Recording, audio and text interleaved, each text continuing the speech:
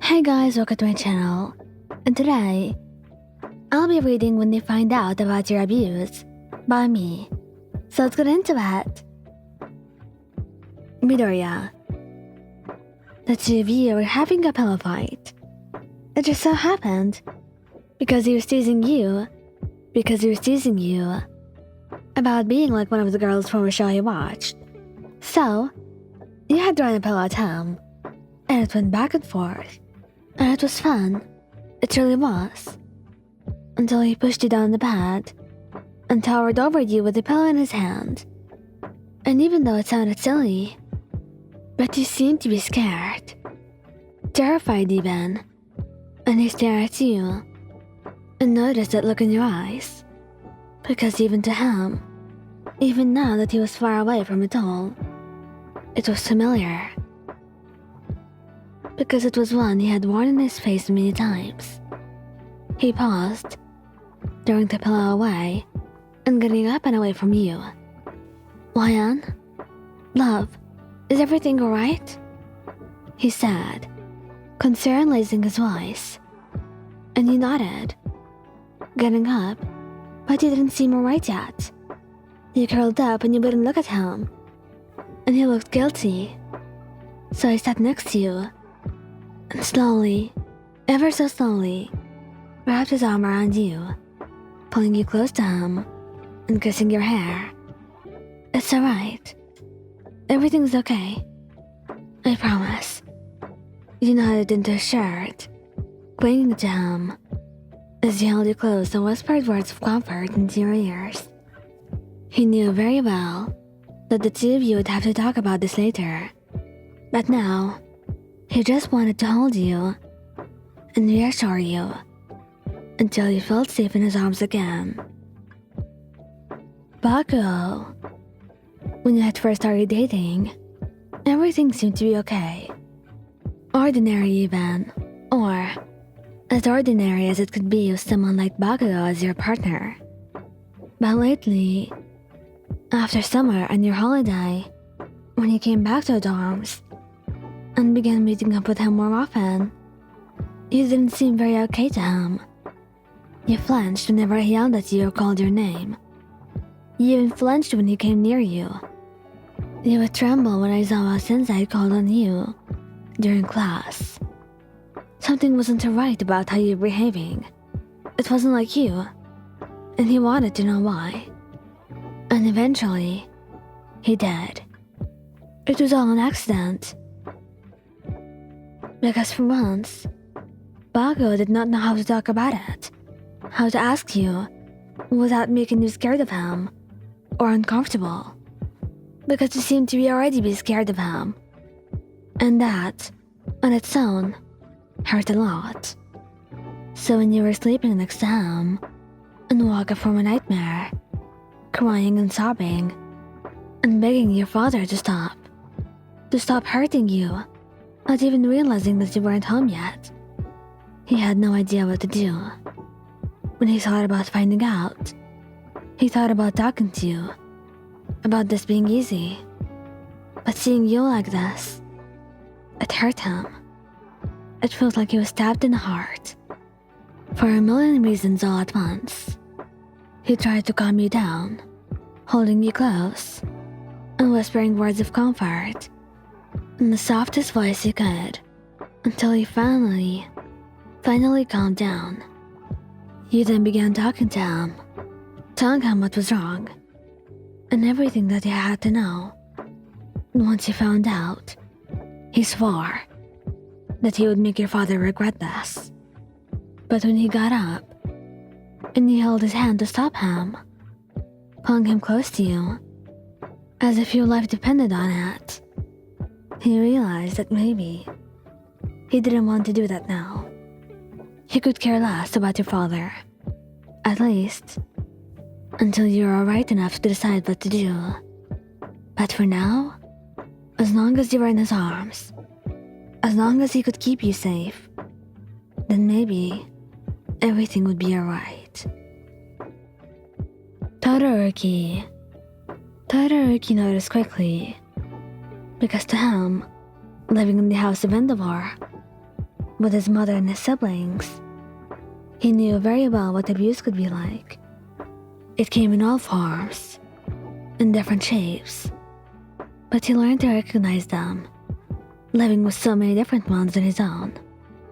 But you're also a bit different to him. It seemed new, yet familiar. Whenever he got closer to you, or tried to kiss you, or touch you or anything like that, you seemed nervous, scared even, because he could see that look in your eyes, and the way you curled inward, trying to make yourself small, the way your skin paled, and you looked around as if trying to find a way out, but just not knowing how. Whenever he noticed that, he would stop and pull away immediately. He didn't want to scare you or make you uncomfortable, but it still made him sad. It made him feel like he did something wrong, or that he couldn't help you in the very least. He wanted to know what was going on, so he could help, but you weren't letting him in. He didn't press, knowing that it wasn't his place, but eventually, he had to, when he found you crying suddenly when he got into your room. You had explained to him, and as soon as he understood, he felt horrified.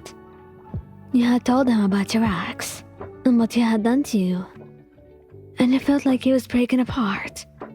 How could someone do this to someone they loved? If he even loved you after all of this, how could someone so horrible exist? But then again, Endeavor did, didn't he? He kept apologizing, even though he didn't do anything wrong. He held you close to him, trying to reassure you, trying to show you that he would protect you from any harm. He even outright told you that you could break up if you wanted, because he didn't want you to be scared of him that way. But then, you told him that he was your safe space, that with him, you felt like no harm could come to you. You felt okay. You felt protected and warm as soon as his arms wrapped around you. And so, he decided that he would stay with you and that he would support you every step of the way, no matter which road you wanted to go. He knew that it would be difficult for you to act normal with him and for him to stop being so scared for you after learning this. But as long as the two of you are alright, and the two of you stayed side by side, then he knew that you could overcome this, and get better, and feel better soon. And you trusted him to do the same. He had gotten your ex in jail after knowing this, and you were so thankful for him after, because finally, you could feel at peace. Sarah didn't understand at first. He had read a lot, he knew a lot, but probably not this. When you two first started dating, he never viewed you as clingy or anything like that. But lately, it has been getting on his nerves. You'd be scared about him going to hero missions. You'd be scared when he left you for a day or two. You'd be scared over and over. And sometimes, you'd even beg him not to leave. And it made him feel bad. What exactly was going wrong? He wanted to fix it, but he had no idea where to start. But it all came at once, when he didn't even expect it. He was leaving to go on a trip, and you were crying, begging him not to go, holding on to him, and telling him not to leave you. You didn't want to be alone anymore. You couldn't do this without him. At first, he thought you were being clingy, or overreacting. But when he sat down with you and held you close, running his hands down your back, and telling you he'd be alright, you told him that you were scared, terrified even, of him leaving you like everyone else, like your family and your friends. You couldn't handle losing him, because right now, he was like a beacon of light in your life, and you couldn't bear to lose that light.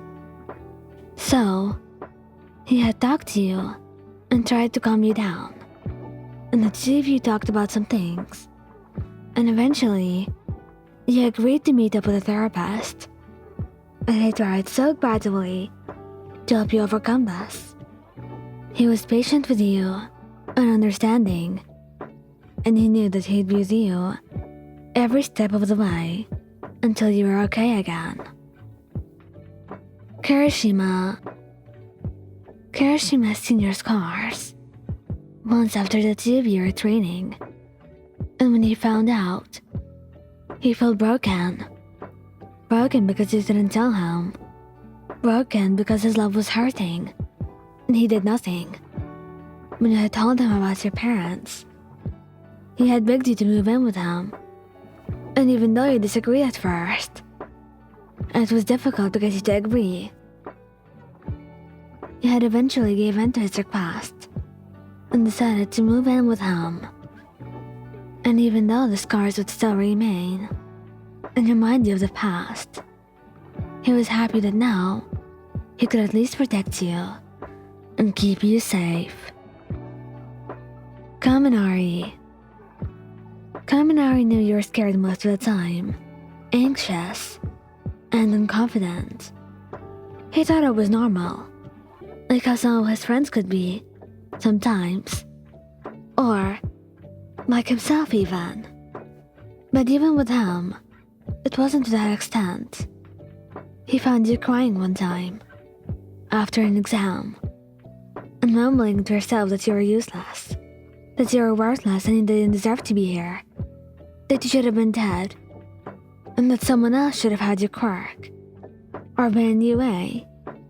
And he paused upon witnessing this, because how could someone like you say something like that, when you were so talented, smart, and strong?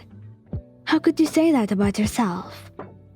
He had sat next to you, and held you close as you cried in his arms, telling him over and over that you weren't worth it, that you should love another, and that you weren't even worth to exist, while he continuously repeated that no, you were wrong.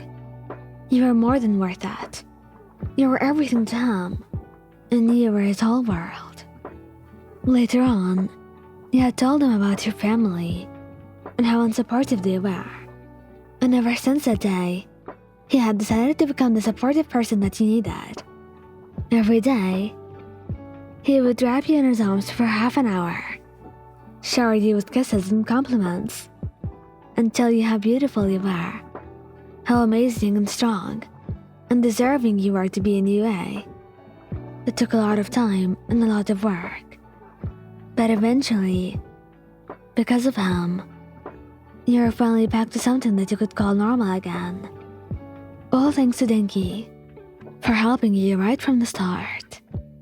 He really meant everything to you.